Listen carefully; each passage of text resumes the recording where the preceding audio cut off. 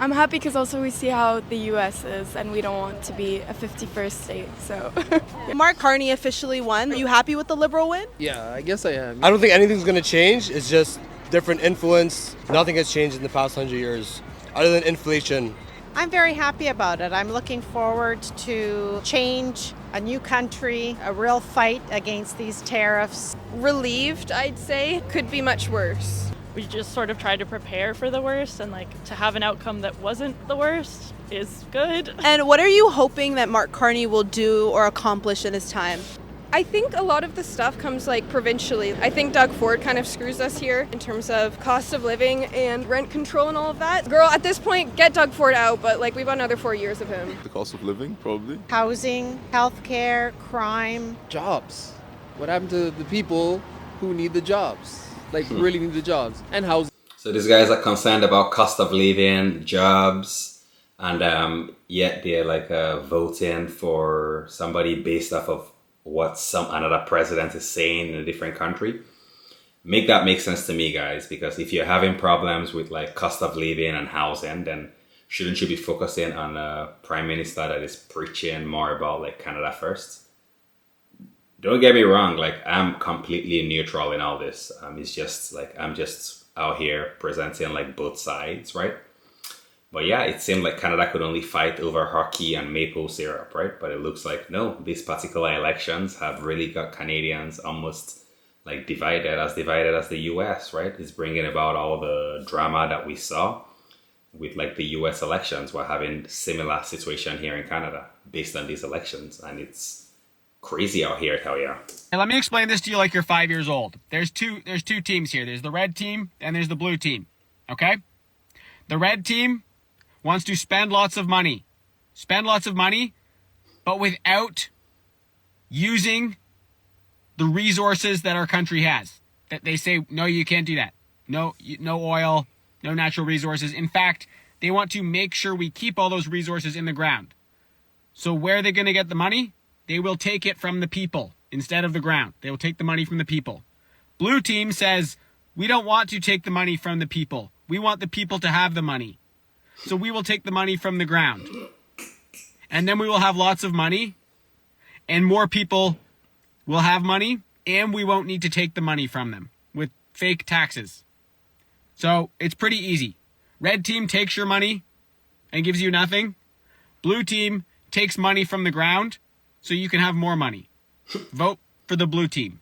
Yeah, I mean, I wish it was that easy, right, fellas? But I'm not buying that at all.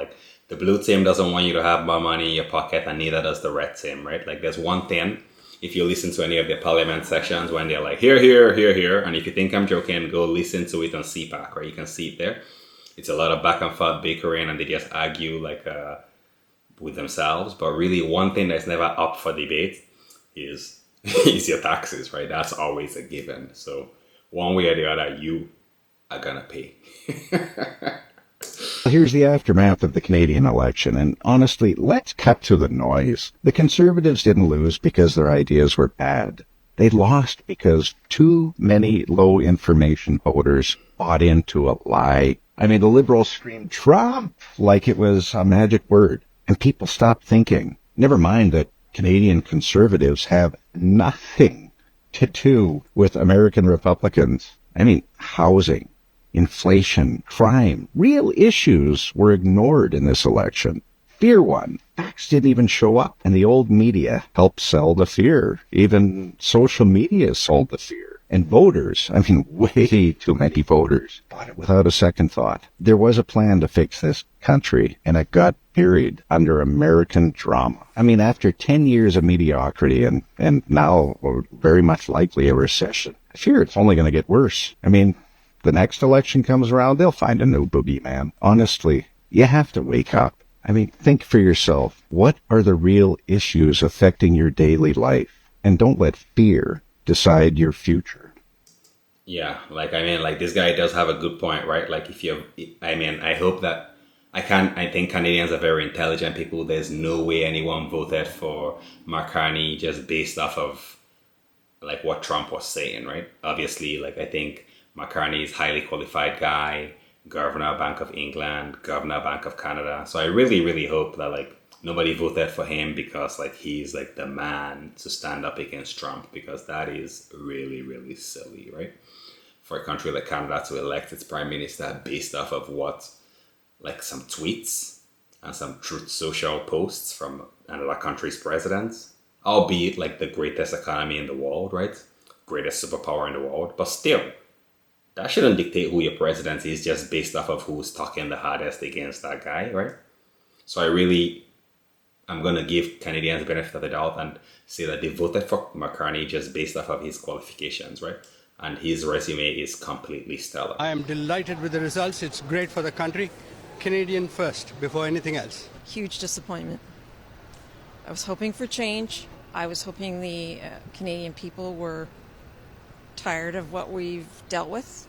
In my opinion, I think as long as the people have their view and the government continues to support what we think, I think as a country we'll do a lot better. Ultimately, the Liberals have been a disaster, and they continue to be a disaster. Immigration's been a joke. Foreign students that don't spend a day in class, temporary workers that don't leave. The justice system's a mess. I mean, I think we're in big trouble. I don't know if you'll make much of a change, but I think we'll be back at the polls in a year's time. I honestly don't think this is sustainable. I'm happy on one sense that PCs did not reform a government. I'm disappointed that Jagmeet Singh lost his seat. I really thought that guy did a great job for Canada. I'm really upset to see him go. Mark Carney, I'm hoping he'll do a fairly good job. For me, personally, when everyone was talking about change, I know I'm going to get in a lot of trouble for this, but if you really want change, you should have voted NDP or Green. I was expecting a little more of a landslide with all the hype in the last couple of weeks. I think overall is that he's the man to fight against Trump. What I'm scared of the Liberals, I like everything else about them. It's just that their immigration policies. I'm glad Mark Carney won. He's the best suited person right now for our country, especially what we are going through with the annexation as well as economic conditions, tariff, etc. Wow. So yeah, like it looks like at least two people here right now, right? They might have voted for McCartney just based off of his stern approach towards Donald Trump, right? President Donald Trump. So I really don't think that that's a good enough reason. But y'all let me know what you think about it down in the comments below. Is that a good enough reason to elect the prime minister based off of some tweets? I really hope that like my fellow Canadians that we did some research, right? And we did our homework and we voted for the best man. This was my first time voting because like, I only became a Canadian a couple years ago.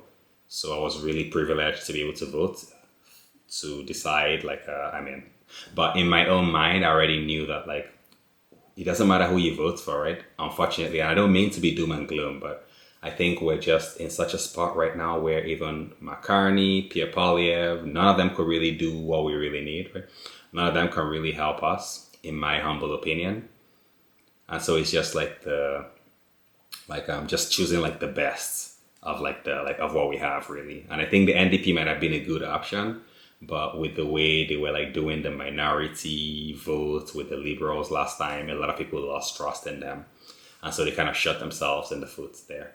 And then for Pierre Poilievre, he's like he was known as the slogan guy, right? The slogan king, always just like ask the tax. And then you ask him what tax, and it's the carbon tax. Well, now McCartney has offered to cut the same, to ask that tax. And then it looked like he had no response to that, right? So really no real plan, just ask the tax, right? And unfortunately, I think that's what really did him in, right? And now we're here again. And yeah, it looks like we're in for another 4 years, but we'll see, like that guy was saying, maybe there'll be another election in a year's time.